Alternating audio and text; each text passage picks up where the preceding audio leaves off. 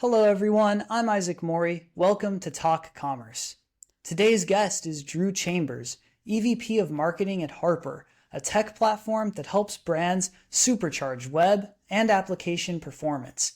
In this episode, we talk about everything from core web vitals and AI-powered SEO to edge architecture and composable commerce. One thing that really stands out to me in this conversation is the importance of site speed. In content marketing, we spend a lot of time focusing and crafting on the perfect message, but the stats show that if your page takes too long to load, no one's going to stick around to read that message in the first place. So getting the technical foundation right is an absolute necessity. Fortunately, that's something Drew knows a lot about. Let's dive into the conversation.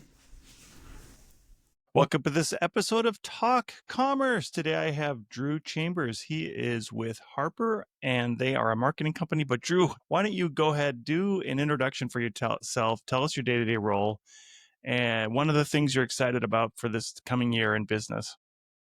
Sure. Thanks for having me, Brent. Yeah, so I'm the EVP of Marketing, so essentially CMO at Harper. We are a platform technology company, so we like to say that we're a performance platform as an app as a service for large enterprise customers that are looking to drive better application and web performance. So think technical SEO, think conversion rates on your website, think better user experience, think scaled applications and large catalogs and distribution globally. All of those things are sort of the sweet spot for Harper.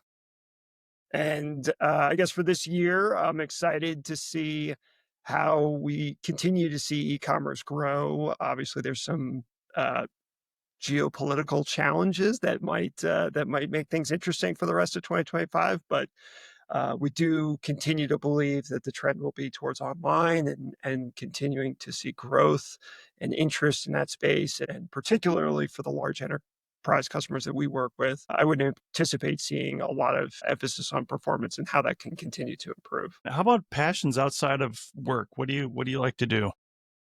Yeah, I'm tend to be very active. So I live in Denver, Colorado. So it's all the standard stuff of skiing and cycling. I also like to row and box.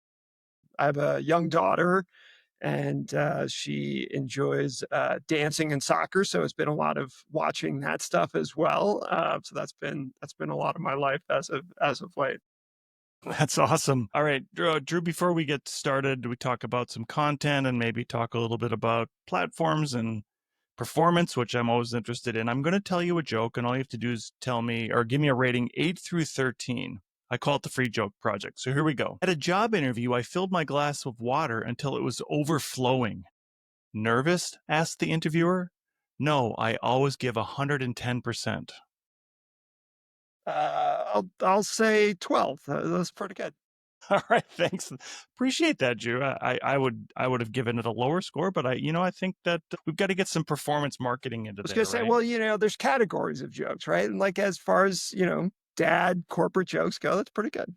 All right, perfect. So, I'm always interested in this topic, and I've been writing a lot about SaaS versus PaaS versus on-prem, and there's some things you can control and some things you can't control for performance, right? And even in on-page SEO. So, talk about the importance of how fast your page loads, or how important that is in terms of your ROI, things like that. Yeah, I mean, I think I think most owners of stores, most marketers, most brands understand that speed is key, right? You have a very finite window of attention.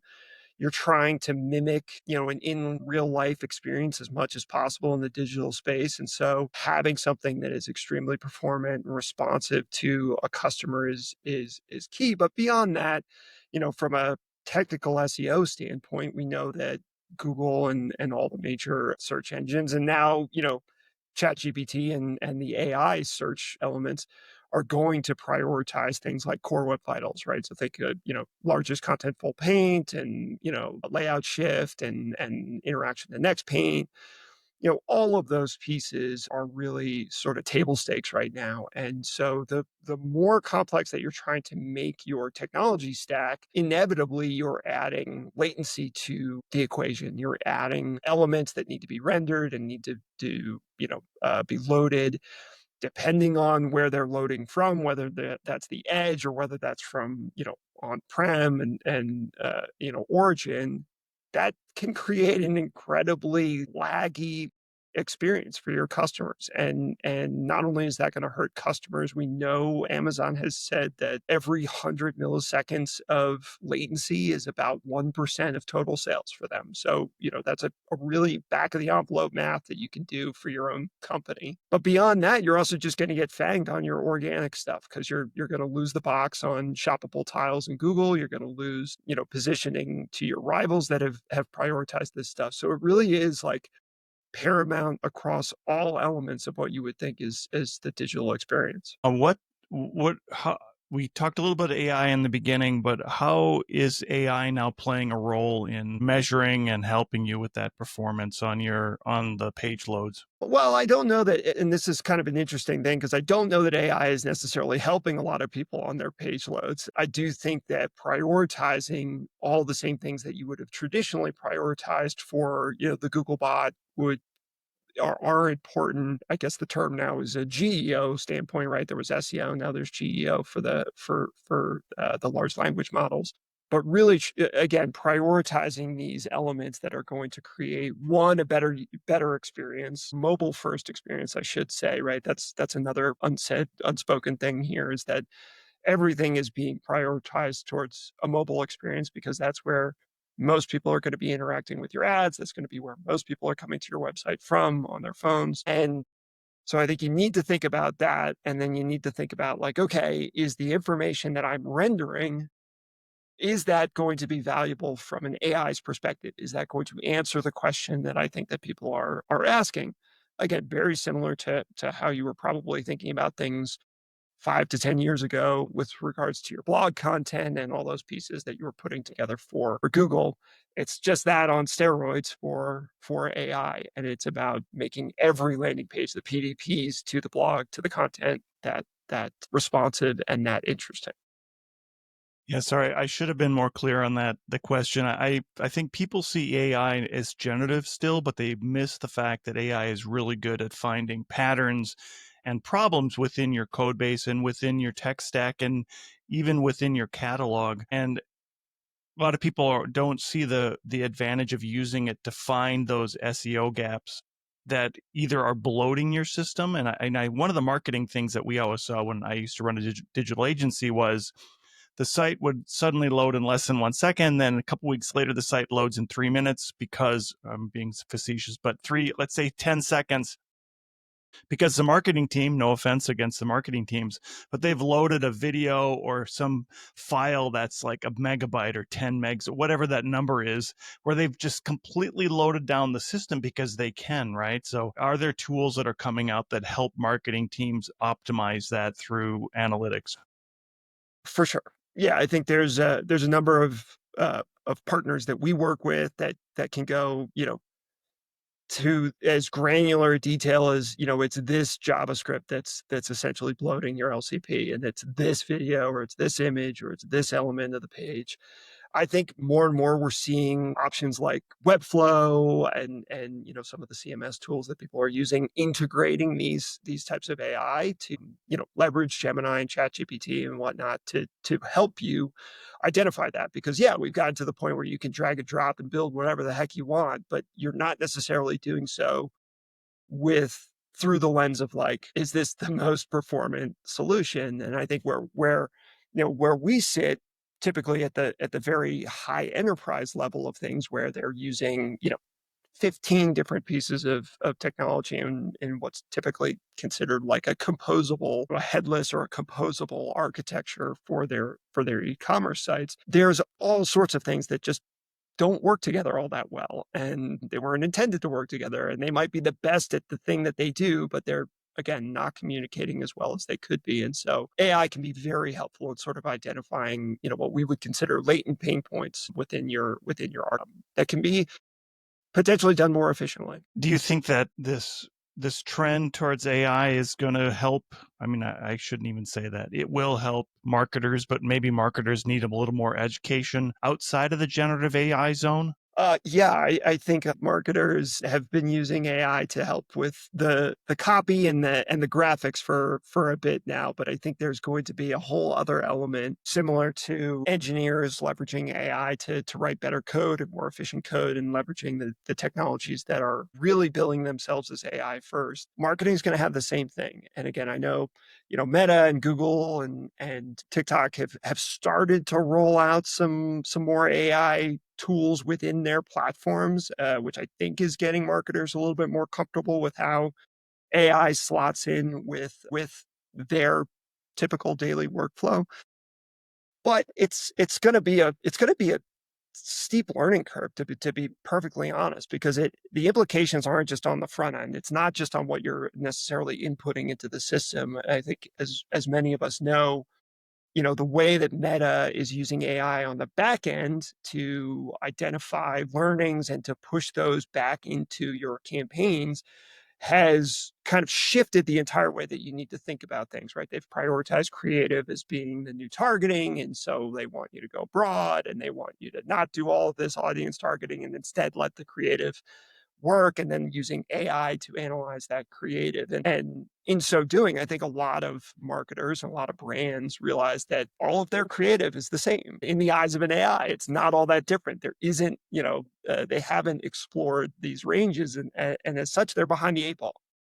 Losing out on reach, they're losing out on potential new customers, and so I think that's a pretty steep learning curve that people are going to have to educate themselves on and better understand as they look to be at the forefront of paid media, earned media, and organic. You mentioned Composable earlier, and I wanted to just kind of talk about the enterprise level. You hear a lot about Composable headless, but I read a really interesting post this morning from a friend of mine, and he says Composable commerce, it's not a religion. Headless is not a business model, it's an architectural choice. Composable is not a competitive advantage, it's a technical option. And then he goes on to state that the projects blow up in cost. The MVP takes a year to ship. The ownership is split between 10 microservices, 3 agencies, and a part-time DevOps. Do you think that sometimes they hear the buzzword from the salesperson because they're an enterprise company and they said, we have to do this? It's a really good question. And I think, everything that your friend said makes sense. I think in the typical execution and, what engineers might talk about as like the traditional like rip and replace, or we're going to take everything that we have and we're going to rip it out, we're going to replace it with something different. That is a very challenging, that is a lot of, getting buy-in from multiple teams, right? At the enterprise level, you probably have, it's not just one marketing team. It's you have a marketing team, you have a product marketing team, you have a brand team, you have your paid team, you have your organic team, and then you have an entire development organization, right? Which is maybe split between web performance, technical SEO, catalog, what have you. It could be 15 different ways. And so all of those people have like an invested stake in this project working, because as we talked about at the beginning, having an architecture that is inherently performant is going to rise, it's a rising tide is going to lift all of those ships, right?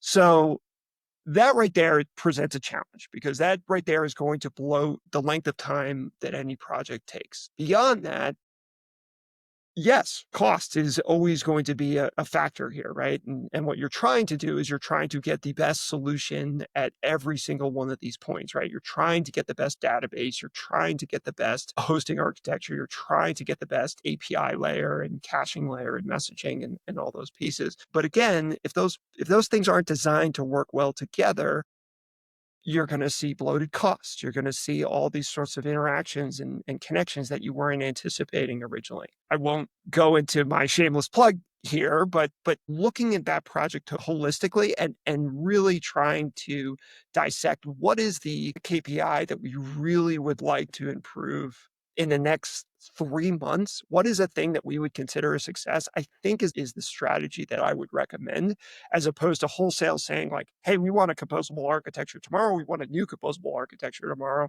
We're going to go headless tomorrow, because you're just going to encounter a lot of different obstacles and a lot of different hurdles. Whereas if you can prioritize, like, this is the thing that I want to see improvement on, again, landing page speed, LCP, my technical SEO ranking and search engine rankings, you can maybe get a little bit more surgical with what exactly you're going to see the most ROI from within a composable architecture. And you might be able to peel off certain use cases and test them out at a lower scale before you're, flipping your entire domain over to a new structure the week before Black Friday, Cyber Monday. And of course, you would never recommend anybody flipping over to new structure a week before Black Friday. I've seen it happen, unfortunately, but no, I would not recommend that. Last topic, I do want to kind of talk about the idea of this edge. You had mentioned edge and how important that is in maybe today's architecture. And a lot of companies can achieve it with a SaaS or a PaaS or an on-prem, right? Just maybe just explain to the listeners what the edge architecture means for delivering your website.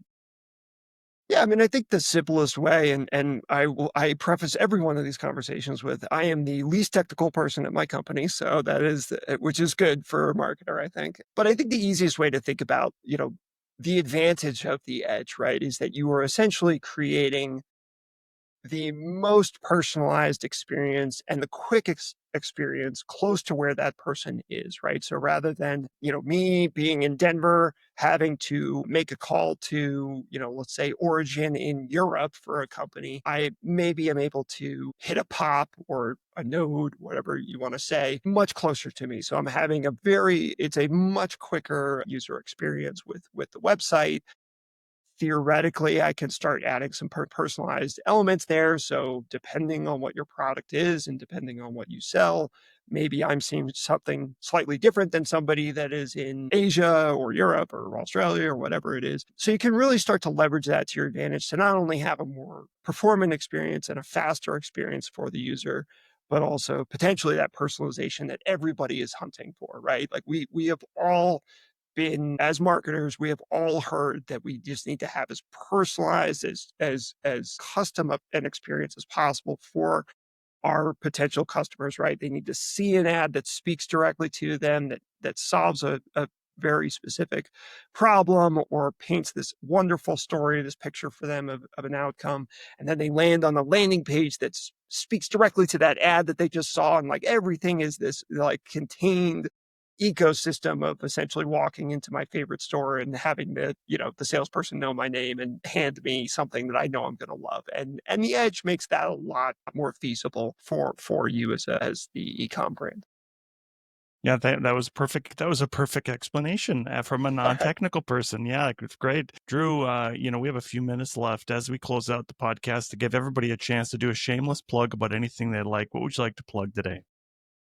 Well, I'd love to plug Harper. Obviously, it's very, very excited to be a part of this team, and a lot of what we've discussed today is the challenges that Harper helps enterprise customers face. Right. So, as I mentioned at the beginning, we are a enterprise platform as a service that is focused on performance, specifically web and application performance. So you can think about building some really cool componentry on top of Harper. It is a fully integrated backend stack. So this is really the big difference between us and sort of the architecture that I've described today, where you would have a traditional database, a cache layer, a messaging layer, an application layer. All of that is fused into one in-memory process. And so it's just naturally faster. Everything is happening concurrently. You're removing serialization, deserialization problems, cross data center replication. And as a result, you can leverage a lot of what we've talked about today in terms of better customization at the edge, LCPs that are like 180 milliseconds. So just the fastest possible experience you could have for a user. And I think what's really exciting to me and is relevant to this discussion, and if I have a second here, I'll just say part of the challenge that we see with AI is that a great use of AI would be to customize every landing page to the user that lands on your page, right? I know what Drew likes. I'm going to make this landing page speak directly to him. Wear this shirt to this, cool event that you're going to. But we can't do that because as we've all used ChatGPT, it takes a little while for ChatGPT to spit out that perfect answer. And nobody is going to wait for 5 to 10 seconds for your page to load. So how do we get AI onto the landing page, onto the PDPs? And I think what we've been talking about is by leveraging AI with Harper, you can create a landing page experience that's essentially pre-rendered and is as fast, if not faster, than a traditional landing page experience, but is using AI to generate multiple pages for various personas. And that's really exciting to me. I think that's going to be table stakes in the next 5 years for most brands, if not the top players in the space. So that's the shameless plug. I appreciate you giving me the time to do it, but it's also very exciting. I think it's very relevant to what we're talking about. Yeah, Drew, tell us how we get in touch with you if somebody wants to contact you. Yeah, I mean, feel free to email me. My email is drew@harperdb.io, or you can go to our website, which is harpersystems.dev. And yeah, happy to walk through anything with anybody there. We're also, we have open source componentry that you can go take a look at on GitHub. Play around, give us a ring, let us know what you think. That's perfect. Drew Chambers, the EVP of Marketing for Harper. Thank you so much for being here today. Yeah, thanks so much for having me, Brent. Talk Commerce is a production of Content Basis, LLC. For more creative content, go to contentbasis.io.